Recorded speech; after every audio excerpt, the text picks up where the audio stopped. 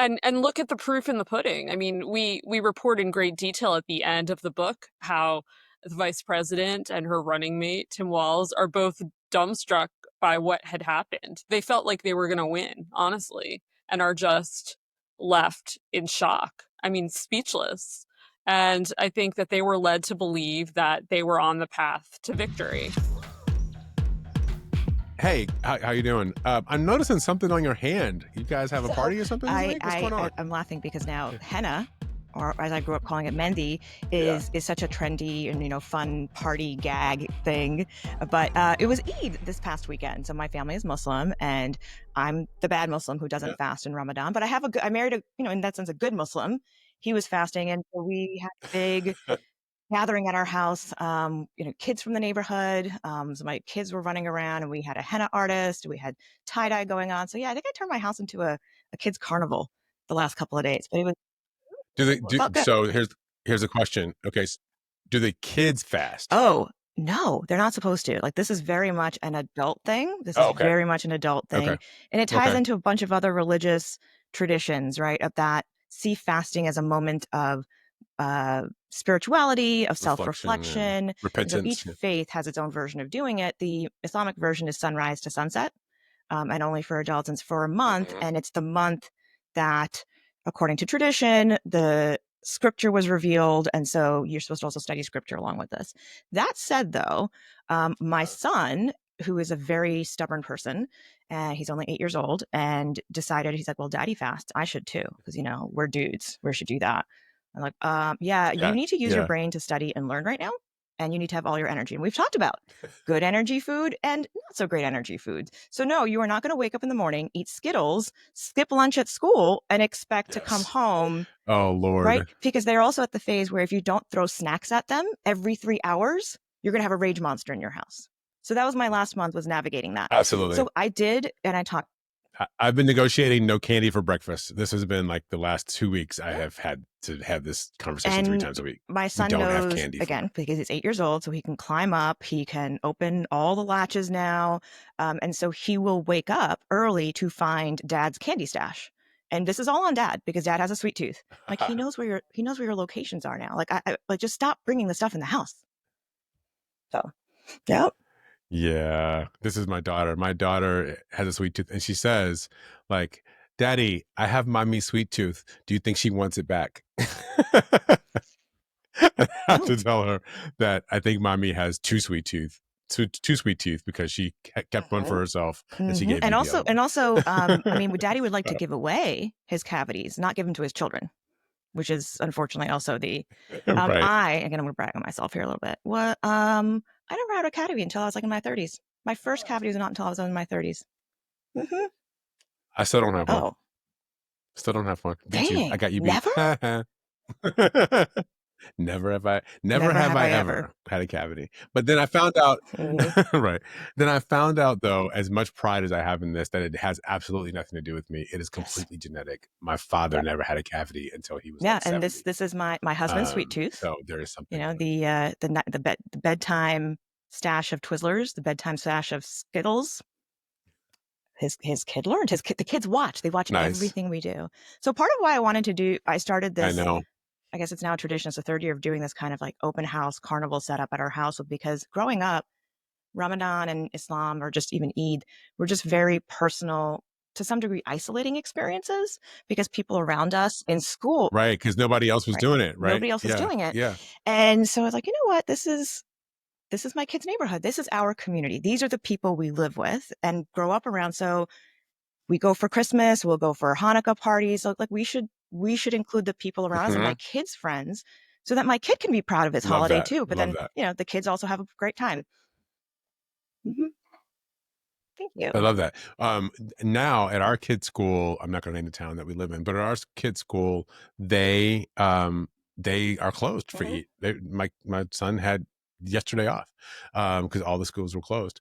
So I think, this is the America that I think Trump hates, right? The one where we acknowledge each other's, traditions and give them respect and honor, the fact that someone could believe something different. That doesn't mean anything about me. It's just, hey, congrats for you. I hope you have a good time. Like, I'll see you tomorrow. I remember that was a big deal when different school districts decided to have, I guess it's a teacher workday is what they call it, but that's an important legal distinction because it's that idea of religious freedom. But if enough students and teachers are going to be missing instruction for a day, it's very disruptive. So it actually works better for a school system to just give the day off, knowing that so many people will be missing for religious observances, and be able to plan around those absences rather than kind of the ad hoc. But you'll have folks on the right who say, why are you acknowledging or recognizing, these holidays? Like, what are you going to start doing? Giving religious holidays to everybody? There's millions of religions out there. And so that's the legal answer is if enough students are going to be missing, you're meeting the needs of the local community. And that's why you have the day off. And I'm okay with that answer. I'm fine. I don't need it to be it's called funny. Eid. It is helpful to, Totally. though, have the Yeah, day totally. off. Yeah, it is. So here's what's funny. I mean, we have talked about this in other shows, but obviously my name is Jamal. And so one of the things that is one of the funniest things that happens to me in my life is I get into a taxi and I have to pay. I give the guy like a credit card or something. My name comes up, or I'm at a store or something.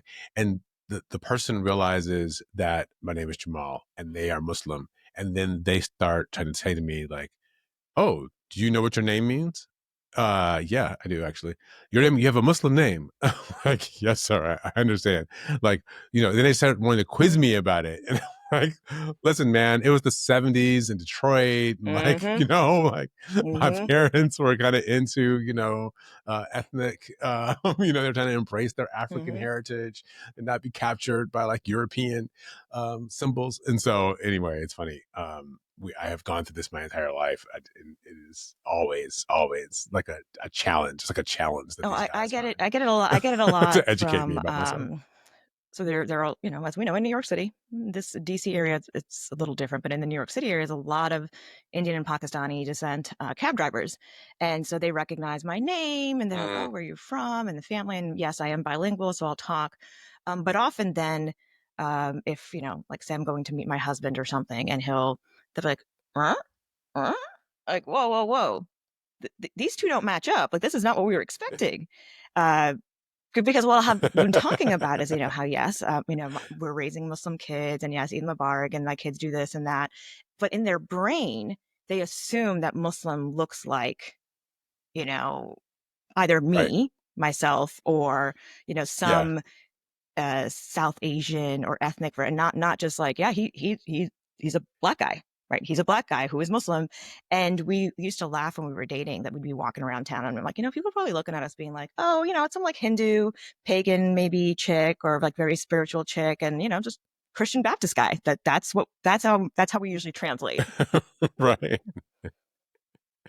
Right. They're looking at my joke is it's like like some Lenny Kravitz type look, or maybe it goes to something more South Asian. The one more thing on that though is you had introduced me to Hassan Jeffries, who is a professor of history, and I found him very knowledgeable and helpful and informative. And he's the brother of the Ohio State University. And he is brother of Hakeem Jeffries. And I never did ask him, like, what's the deal? Because you guys aren't Muslim. So why are you Hassan and Hakeem? What's going on here? Same thing. Black power. Thing, right? Black power. Same thing. We all got it. We all got it. 70s and 80s were just a time when people were like, you know what, it doesn't matter. I also, I have friends who have, I have a friend whose name is Steve Lefkowitz, who is a 6'3" dark-skinned black man. And he tells the funniest stories about showing up for job interviews or places when they come out and they're like, Steve Lefkowitz. And he stands up to come in and they're like, huh? They don't quite get it. But his mom married a Jewish guy who adopted him. And so he he has this Jewish last name. And so people are there always are assuming, also black Jewish people. Love America. There are also black Jewish people. There are also black Jewish people. Speaking of Lenny Kravitz, close the loop on Lenny Kravitz. Listen, there's some bad stuff happening in the world. I know we're talking about the future. We got a great show today. We're going to talk to our friends Jonathan Allen and Amie Parnes about their book Fight, which you may have seen out. It's like Fight Inside the Wildest Battle for the White House, I think is, yes, there we go. That is the cover. And so we're going to talk to them, but also there's some stuff happening in the world. And the one that I really want to talk to about you, because this has been a recurring theme on our podcast, and I think it just matters, is that apparently the government has now admitted that it has deported someone to El Salvador by mistake. Yep. That we now know that there's somebody. I mean, we all thought it. Like, we knew there were these people. Like, maybe it was the hairdresser guy, or maybe it was this other brother of somebody who just liked to have this tattoo, and he was. And then now they have admitted that they did actually deport somebody, and now they're saying there's nothing they can do about it. Well, because they deported him to a country where there's very little judicial recourse and into one of the worst prisons in the world. And he's actually a Maryland base, so nearby, father of like 3 or 4 kids. And that's right. It's still very, very dismissive, right? The idea that, oh, you have legal status here, but if you looked a certain way, oops, sorry, nothing we can do about it. Sorry, Oopsies. You looked that way. Right. That's the problem. It really was just literally about how he looked was why he got picked up.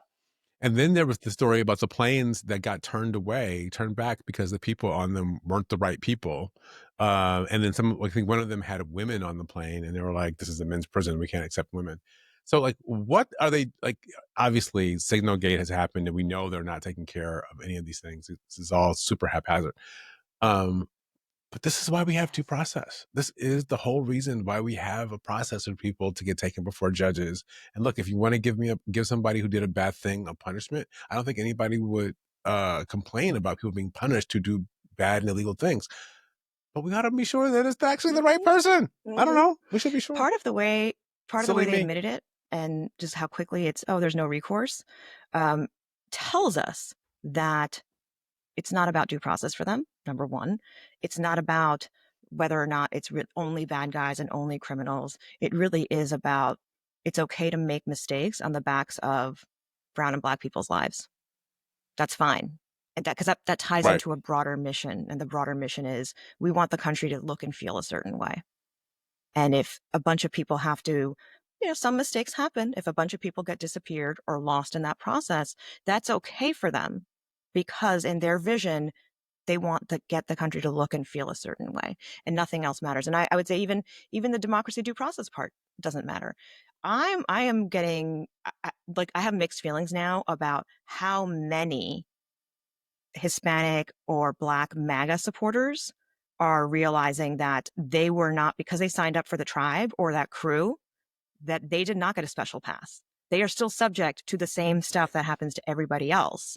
And so there's this Black woman on social media who used to literally wear her cape of a Trump flag. She had the MAGA hat and everything. Now she's on social media saying, my son is facing 21 years in prison for something he didn't do. Everyone, please help me. This is racial injustice.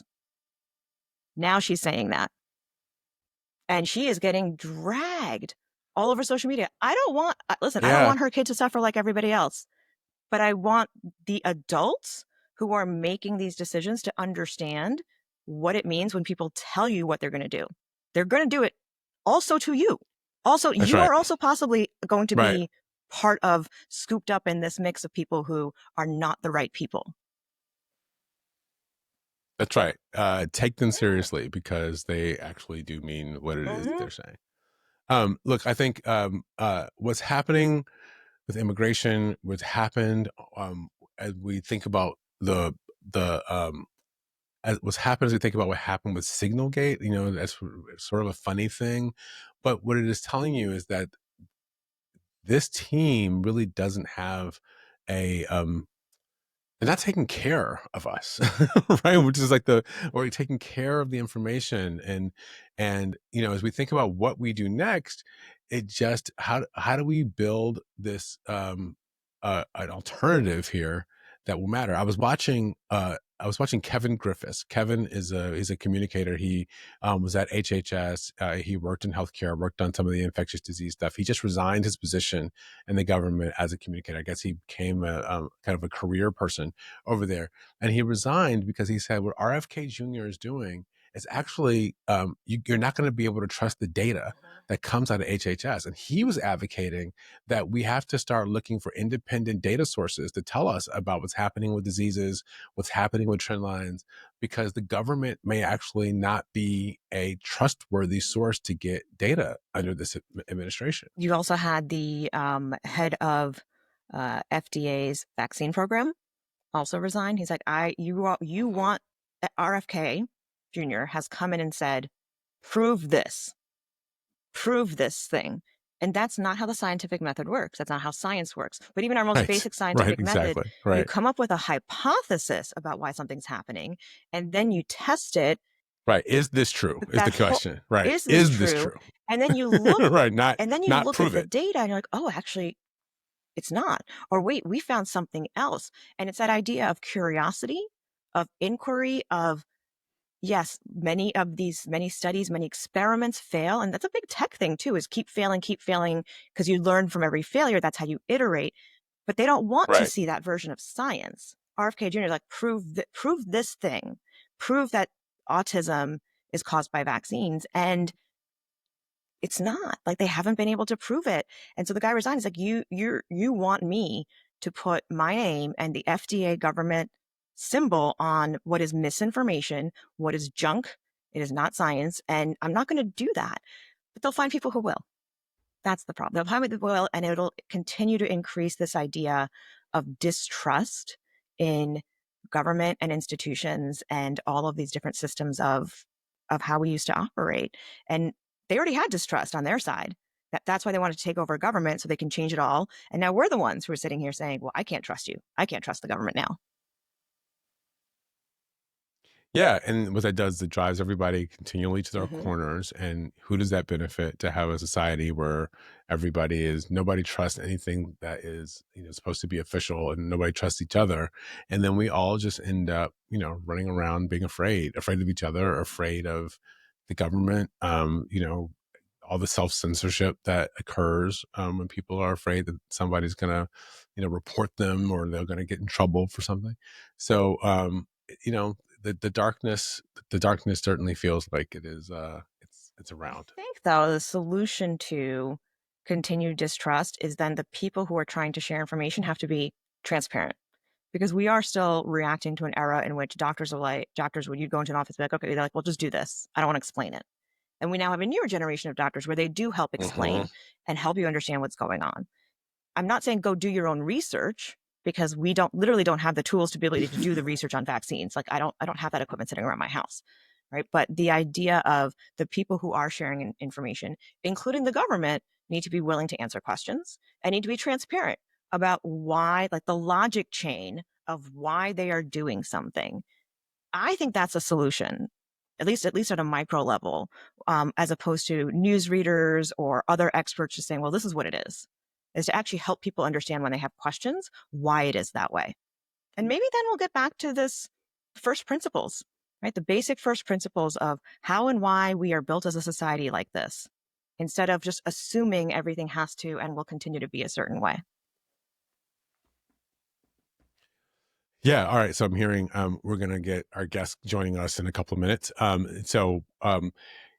Yeah, there's so much going on out in the world. So we just talked about the deportations that are occurring. We talked about this idea of people not being safe. We've been talking about just this idea of trust in general. And I am wondering if at the end of the day, let's say it's a year from now, it's 2 years from now, are we about to have a an election in the midterms where people express that they don't want this trust, they don't want distrust, they don't want the division, they don't want this kind of erratic government that we see taking place? Or are people just cowed by it all and afraid to show up and afraid to participate and just feel like none of it matters, and I just want to stay home in my house and eat, Cheerios and watch cartoons? 90 million people didn't show up for the presidential election. How many of those people are realizing, ooh, wait a minute, what just happened here? I thought that they were both equally bad and everything's kind of messed up. I didn't recognize how much of what creates my life and allows me to have the quality of life I have right now has the fingerprints of government on it, whether it's the safety of my food, the safety of my medicine, the security of my job, any of those things, right? The fact that banks have limits on what they can take from you. They have to actually give you money back. You know, if the bank goes under, you're protected up to $250,000. That didn't happen. That was not part of the Great Depression. Like all of these rules and reasons we have things, I think people are starting to understand that piece. And there is this idea of fight, which happens to be the title of the book. This people want somebody who will fight for them.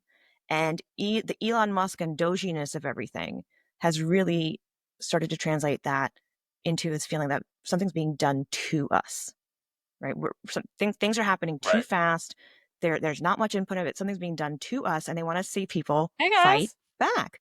But that fight that we want to see people right now comes on the heels of this other fight. And I love the title of this book.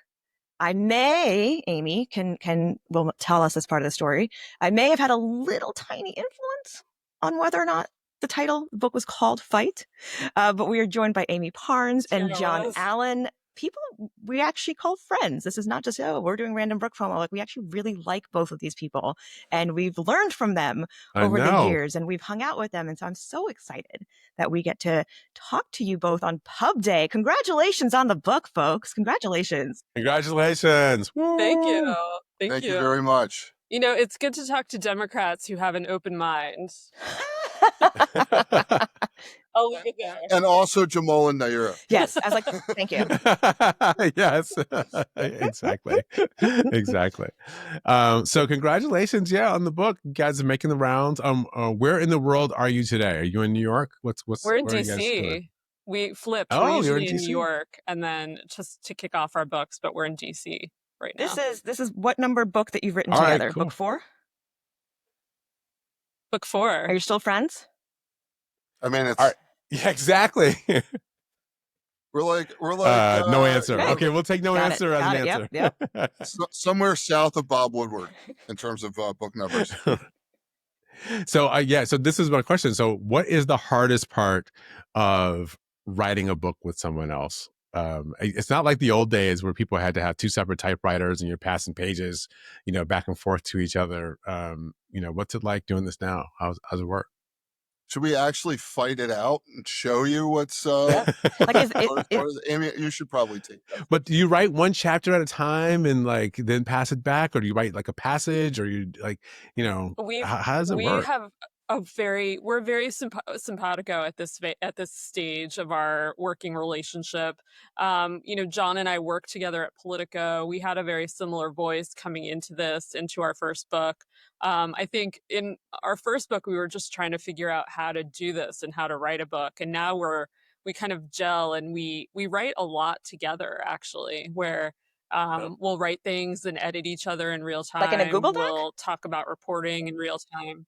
Yeah, it's really nice. I feel like we were kind of innovators. Like if you work in shared documents, like in an office these days, and there's like 6 people in the document, like people are just starting to get used to that. But we've been doing that for 10 or 12 years now, where literally like I'll write a few sentences and Amie will start changing the first sentence while I'm writing the fourth one, vice versa. And sometimes it's just, writing notes to each other kind of in the margins. It's going like, slow this down. Like Amie will typically tell me to slow things down. She'll be like, John, you're racing through this. There's this like wonderful story here. Like, tell the story, show the friction, give me some character. And I'm like, I don't understand what you're saying. Can we just finish this IKEA, toolkit guidebook? I will say I love the parts of the book that they really do take you. I mean, people say they take you in the room, right? Like there's a scene I was reading about, the Trump campaign leadership having an internal fight. And so you've got Susie Wiles and Chris LaCivita and Trump sitting at the small table, I guess, in the Trump plane. And then Corey Lewandowski comes in, and I think he's like on his knees sitting there, like, like having this conversation. So he's at the same height with them, but because he's so much smaller than everyone else, he looks like, a little kid next to, I was there. I was in that plane. I was like sitting at that table. It was awesome. I loved reading it. Thank you. It's a huge moment. So it's good. Story of the Trump campaign too. that you're talking about there, where like Trump has like lost faith a little bit.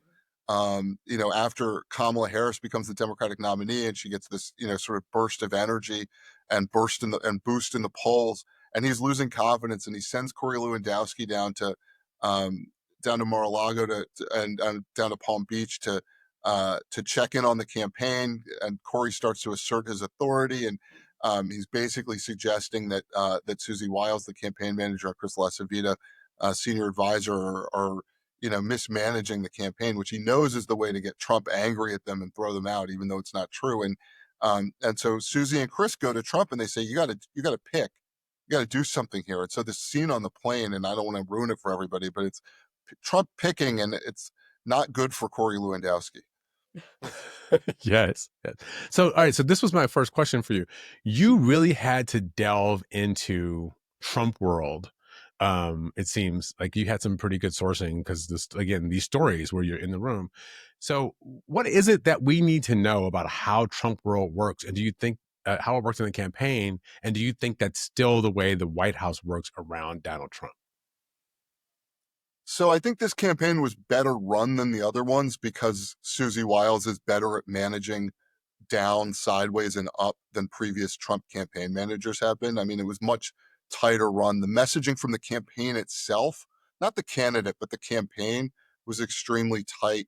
They did things this time around that Trump never would have done before in terms of early voting. I mean, all the things that the campaign could control in terms of everyone below the candidate was under control, and I think was done well. The one thing they can't control for is the candidate who goes out and says whatever he's going to say all the time. And I think her reaction to that was, we'll try to advise him, try to guide him as much as possible. It's not my job, her job, to change his mind about what he thinks, what his political instincts are. So more reacting to what he's doing and trying to build around that and make sure that they are serving him as much as possible. And really the sort of one moral standard, if you will, on the campaign is, if you are doing something getting out in front of Trump, you're in the wrong. You're doing the wrong thing. If you are making things more complicated for him, if you are talking about issues or topics in a way that is not something that he's driving, you're doing the wrong thing. And so I think that was really helpful. I think the White House is a bigger challenge, and I think we're starting to see some of the tension there, some of the strain of that. I mean, Susie was on the Signal chat, the big Signal Gate chat with Mike Waltz, the national security advisor, and pretty much everybody else on the national security team. You would think that would have been something where she, if nobody else, would have been like, hey guys, why don't we take this conversation to a skiff or take it high side and maybe not drop national security secrets into a commercial app. Maybe. So Maybe the I White think House chief that's of hard, and staff I think might want managing to it step in and manage people, but hey, just an idea.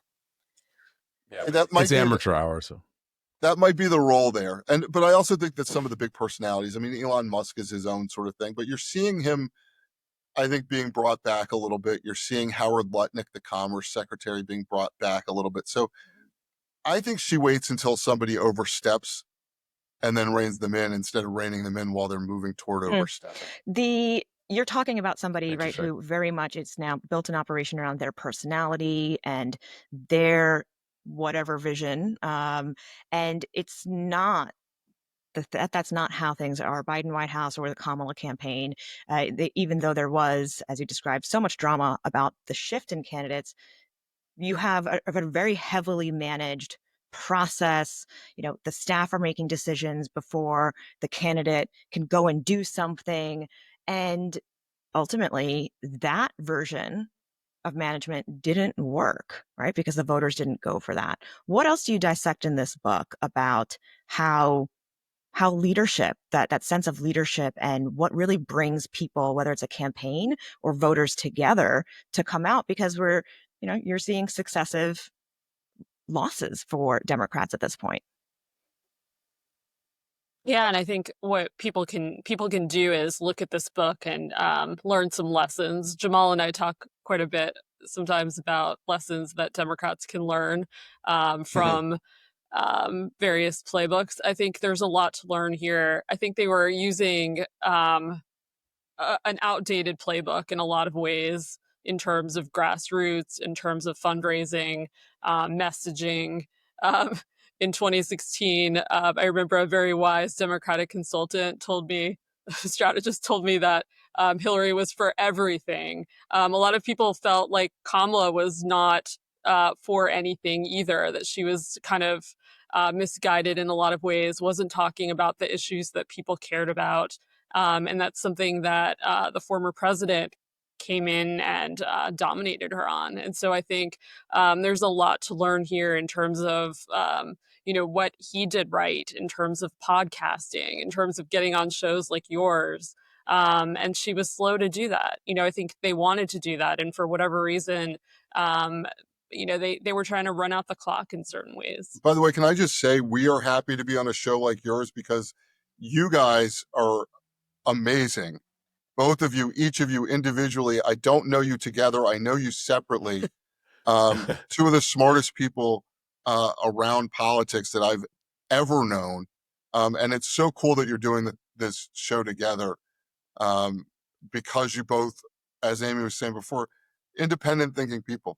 Yeah. People who have a passion, people who have a set of beliefs, but are independent thinkers and kind of want that rigor out of other people. And I think, to the point about the leadership in the Democratic Party, there's clearly a gulf between, the leadership of the Democratic Party and where the voters are, and certainly where the voters they need to have are.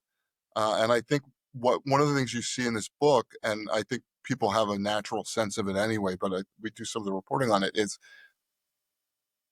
voters felt at the end that they had been lied to or gaslit or deceived or misled by the political leaders and the other institutions that they trust, including some in the media, about Kamala Harris's standing going into Election Day. But long before that, about Joe Biden's condition or his ability. They felt like they had been deceived about a wide variety of things. And at the end, they look up and they're saying, look, we lost again. And here are all the same people telling us all the same things and selling us the same hope. And here we are again with Donald Trump as president, and which was, I think, the worst outcome for Democrats. Okay, so people feel that way. So here's my question to you: was the campaign leadership lying to the American people, or were they lying to themselves? Both. Really, both. I mean, and look at the proof in the pudding. I mean, we report in great detail at the end of the book how the vice president and her running mate, Tim Walz, are both dumbstruck by what had happened. They felt like they were going to win, honestly, and are just left in shock. I mean, speechless. And I think that they were led to believe that they were on the path to victory. And we report that in this book. And I think in many ways, and we have someone who actually says this in the book, that the campaign did gaslight them, that they weren't honest and upfront about what was happening and what they were seeing in their polling, and they were all misled. Even the people on the campaign were saying our leadership is gaslighting us. Right? I mean, lots of happy talk. That's not a good culture. That felt not real for long periods of time, and then at the end they look up and it turns out they were right. Their gut was right. It wasn't real. And that's so much of politics and good grassroots organizing is a gut instinct, right? Like the things that you're hearing around and seeing and touching and feeling in a certain area tells you how that's going to work. And when you keep getting told to ignore that gut, and you're like, no, this is not a big issue. No one cares about this wedge issue. Like that's just not, there's not enough voters who are going to turn out against or for that. But it also goes to this idea of, we talked about management, how when your priority is to be right as opposed to helping your candidate and winning.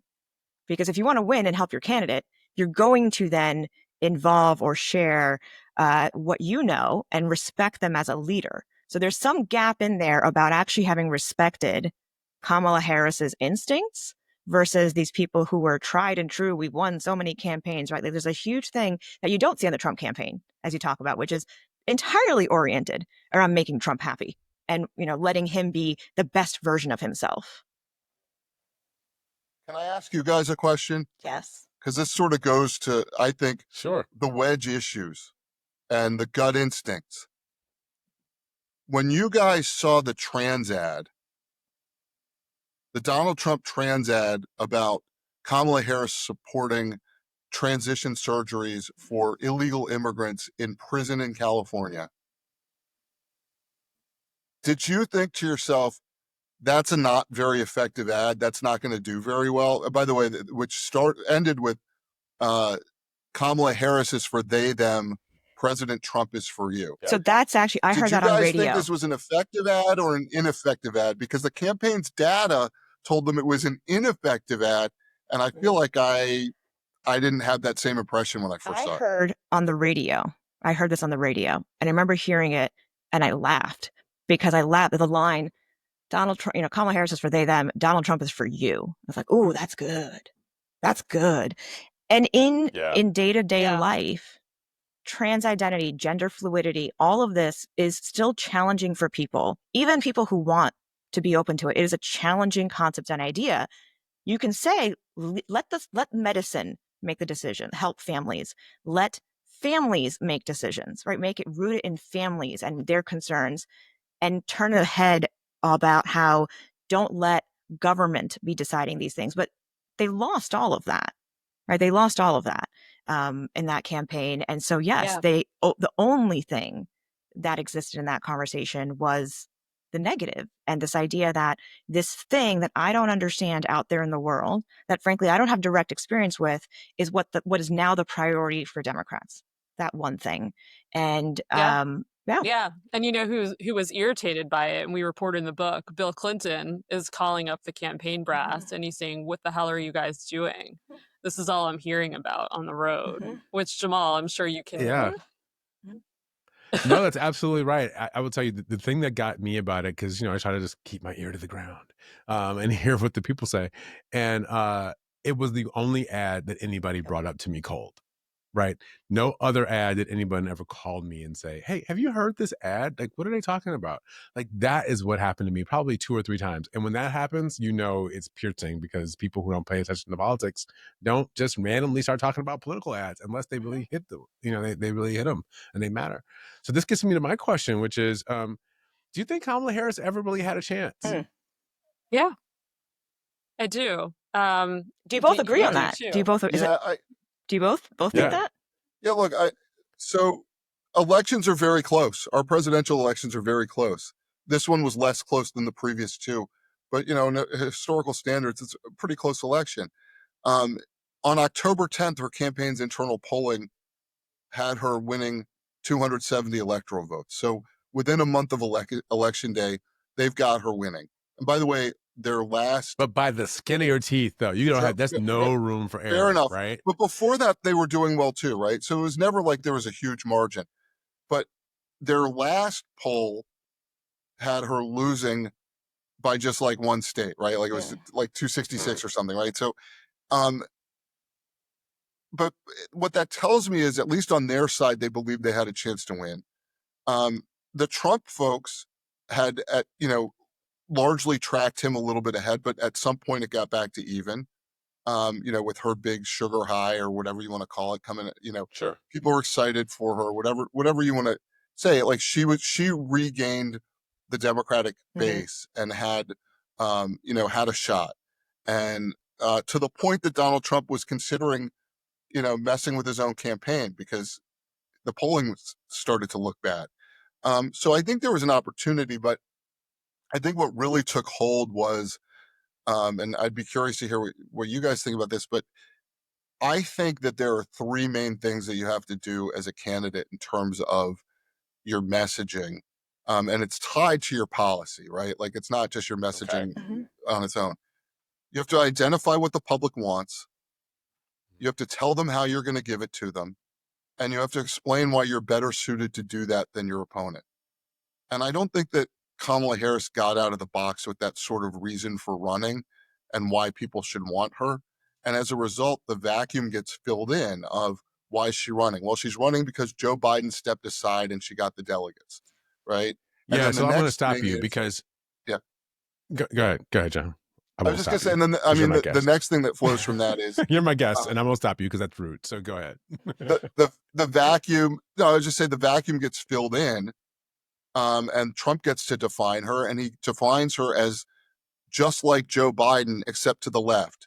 And Kamala Harris says, yes, tie me to Joe Biden. That was where I was going I to don't jump want in to and be say, anything different than Joe Biden. And by the way, Joe Biden was losing, and he was losing with the same campaign team that Kamala Harris now has. So the idea that she wouldn't be able to distance herself, and I know Joe Biden put a ton of pressure on it because we reported it. He said to her, no daylight. But I think so. That's I think amazing she to had a me. chance That to is win, amazing to but me. I think she had to jump in a much more ready way. it is so That hard. is like, yeah, that to build a new infrastructure, right? I mean, American campaign cycles are at this point stupid compared to what happens in other countries. But the reality is, in an American campaign cycle, you're building team, you're building operation a year, 2 years out at least. So for her to jump in as late as she did, you needed the same infrastructure, but not distancing yourself from the person that clearly so many people wanted to not continue to run, including within his own party, to not be the change. Suddenly, Trump is the one who looks like change now, even though the messaging up until that point was, we know what this guy is. We've experienced this already. Why would you want to do this again? We all remember how crazy and awful it was. Why would you give him more power? Suddenly, he's the one who looks like change. And so you lose that idea of, I can be changed, the change that you want to see. And then you do your 3 messaging points. No one's sticking around to hear those 3 messaging points because you lost them at the first part. Yeah, listen, I think it gets to a core. John started this question talking about what the people want and how do you give it to them, and I think there's a bigger question. That is the way to think about it for legislators, right? For members of Congress and senators. I think people are voting very often with different lenses. You're running, I think, for executive office, mayor, governor, president. You're really running to take care of people's families. You're kind of running as like a national parent. I'm not going to do mommy versus daddy, but you're running as a national parent. You're running as a person who I may not always agree with you, but I know you have my interest at heart. I know you basically are, and you're just better than the other person. Even if I think I don't particularly like you, like Trump, but compared to that other person, I definitely don't like them or don't want them or trust them or have confidence in them. And so I think it's a bigger question. Who are you? Why do you want to be here? Right? What do you want to do with the country? And then we start talking about what the issues are that people care about. Because if I don't fundamentally buy you as a person, I kind of don't really care what your issues are. I think that candidates run into that buzzsaw. To this question, and Amie, I'd love to hear your take on this. This question of 90 million people. Jamal and I talk all the time about how people just, like, it was a fight between the couch and showing up, and the couch won. And what do we learn? Yeah. Whether it's from polling that was missed or, what do we learn about the people who decided not to get into the fight? They didn't, for whatever reason, like her. They didn't want to support her. They didn't like what she was. I think a lot of it was they just couldn't relate to what she was selling.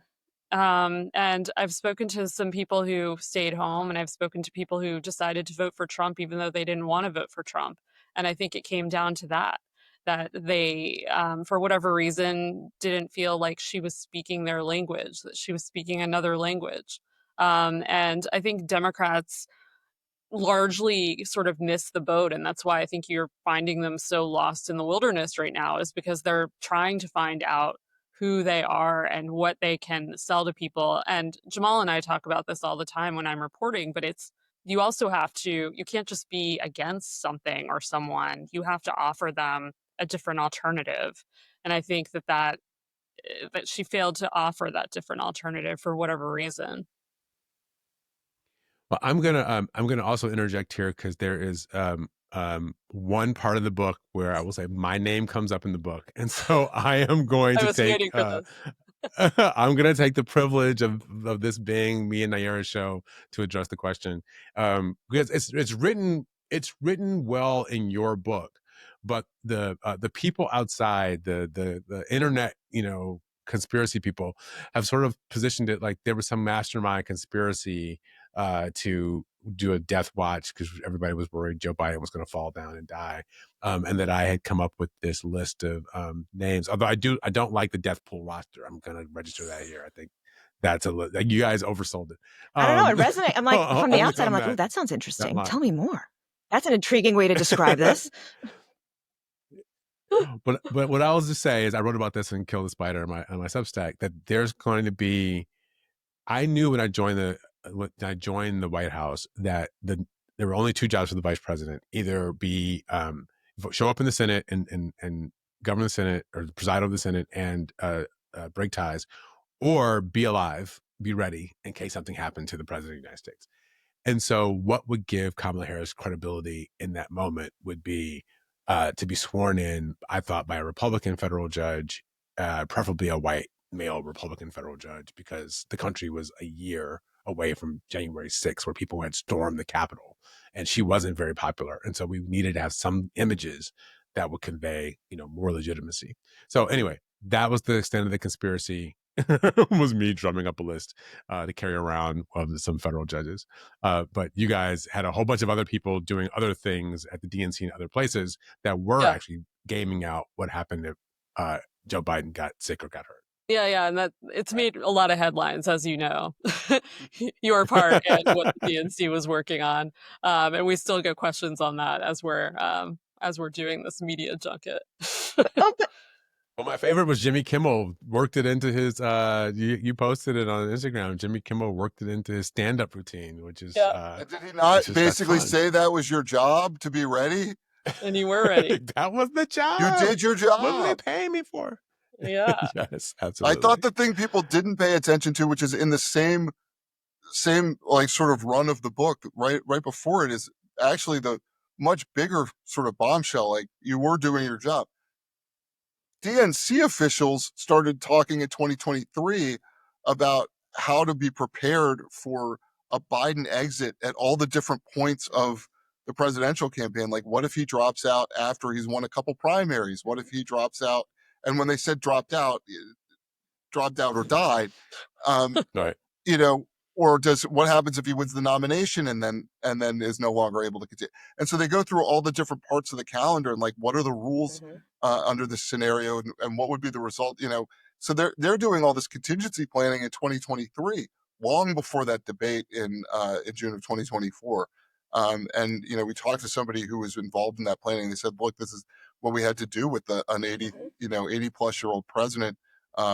Seeking another term, is to be ready for that's also right. We just don't have that kind of internet visibility into the Reagan generation and what was going on there. So it would be, I don't know if we'd be talking about the Gipper in the same way today if he had, he had the absolutely would not be talking about the Gipper in the same way. With the transparency and just the the fever of how we get information now. And just, again, I like the transparency. I think people need to know what's going on with their leaders and leadership, and especially now where they are going to be trying to mess around with government data, government information. It's more transparency, the better, which is why I do appreciate, even though you have often uncovered in your books truths that hurt Democrats. I'm like, well, then the Democrats need to pay attention and learn from the truths that you show them about themselves. So thank you both for the type of journalism that you do. Thank you. That two people have been able to write 4 books together is really, really an impressive feat, but also the fact that you are writing them about moments that Americans are just trying to understand. We're like, what happened? And each book you do gets us closer to like, oh, now I get it. And they're also like gossipy, juicy details in there. So I'm glad, John, that you took Amie's advice of slow it down and give us, put us in the room, because that's what makes the political analysis of it very, very effective. And I'll just say, I think you guys are able to write 4 books together. I'm surprised every time Nayyera still shows up to do this podcast, because I always think she's going to be through with me. But yet, we're back here again. Though I don't know. See, our kids are still young, Jamal. I don't know you and I could do a book. Not yet. We're not there. We're happy we're able to show up at the same time after a podcast. Together? You guys have kids together? Easy. Oh, you meant your Alan. kids and his kids, not our kids. I get it. I said our kids are still young. Now I'm going to start some juicy rumors. Very funny.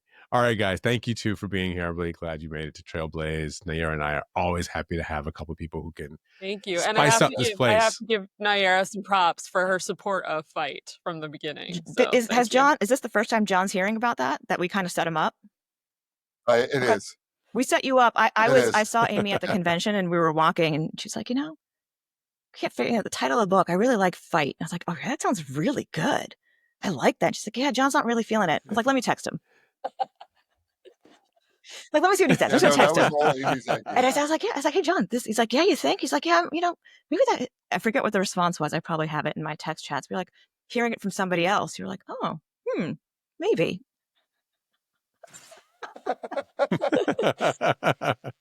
Just got to get that seed planted. Just water that seed. That's The the way these political things work. machinations. All right, folks, make sure you And now make here you sure you are. check out the book Fight Inside the Wildest Battle for the White House. And that is truly, yes, that is very accurate. It was the wildest thing we've experienced.